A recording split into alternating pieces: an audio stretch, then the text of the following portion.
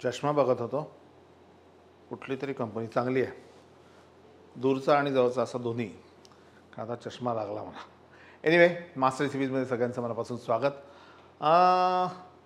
सध्या कसं आहे ना की पौष्टिकता, भाज्यांचा जास्त वापर, शाकाहार यामध्ये लोकांचा जास्त भर दिसतो आहे. हे आम्हाला जे आम्ही सर्च करत असतो ना त्याच्यावरून दिसतं.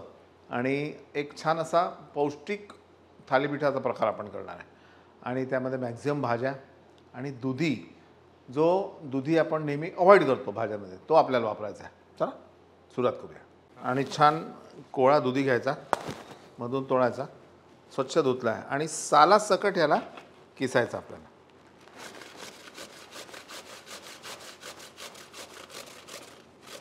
हा दुधी किसून घेतला, त्यामध्ये 2 चमचे कांदे, त्यानंतर रंग थोडा वेगळा दिसायला बारीक किसलेलं गाजर, त्यानंतर बारीक चिरलेली कोथिंबीर, हिरवी मिरची थोडीशी, त्यानंतर ही भिजवलेली चण्याची डाळ, तीळ मस्त टाकायचे भरपूर, थोडी हळद, तिखट टाकताना एक गोष्ट लक्षात ठेवा की आपण हिरवी मिरची घेतलेली आहे, जिरं घातलं थोडंसं, आणि हे सगळं एकत्र करून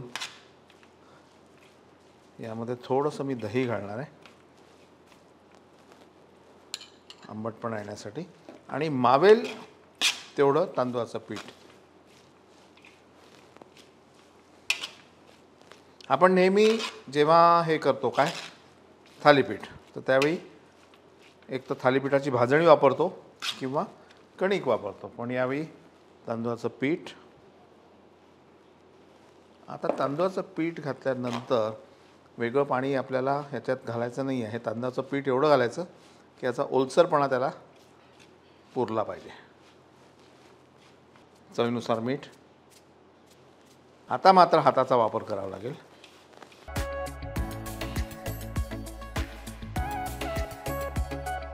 वरून छान अजून मी थोडी कोथिंबीर घातली आणि अगदी थोडंसं तेल घेऊन पुन्हा ह्याला थोडंसं मळून घेतो.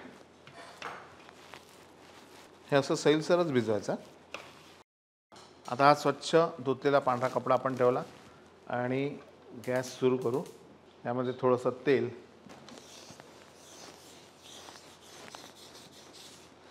हा बिडाचा तवा आहे त्याच्यामुळे याच्यावर मंद आचेवर इतकं खमंग होतं ना थालीपीठ, क्या बात आहे.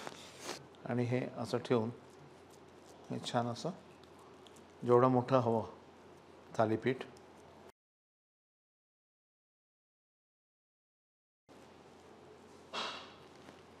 पाण्याचा हात घेऊन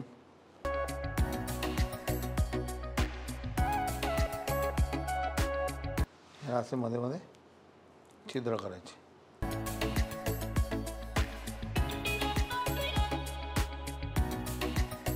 आणि नंतर हे असं फोल्ड करायचं.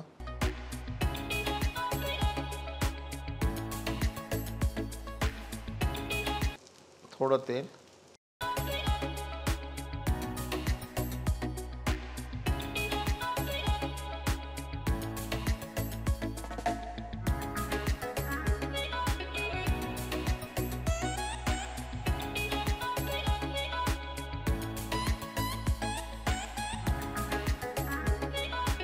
साधारण हे एवढं ब्राउनिश झाल्यानंतर दुसरी बाजू, तर ही बाजू थोडी असं ब्राउनिश झाली, सेट झालं.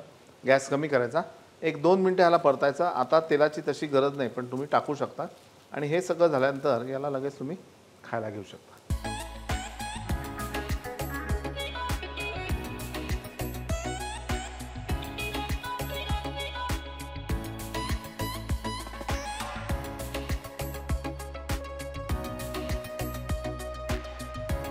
तर अशा तऱ्हेने आपली जी थालीपीठं म्हणा किंवा सकाळचा छान हेल्दी ब्रेकफास्ट म्हणा हा तयार आहे.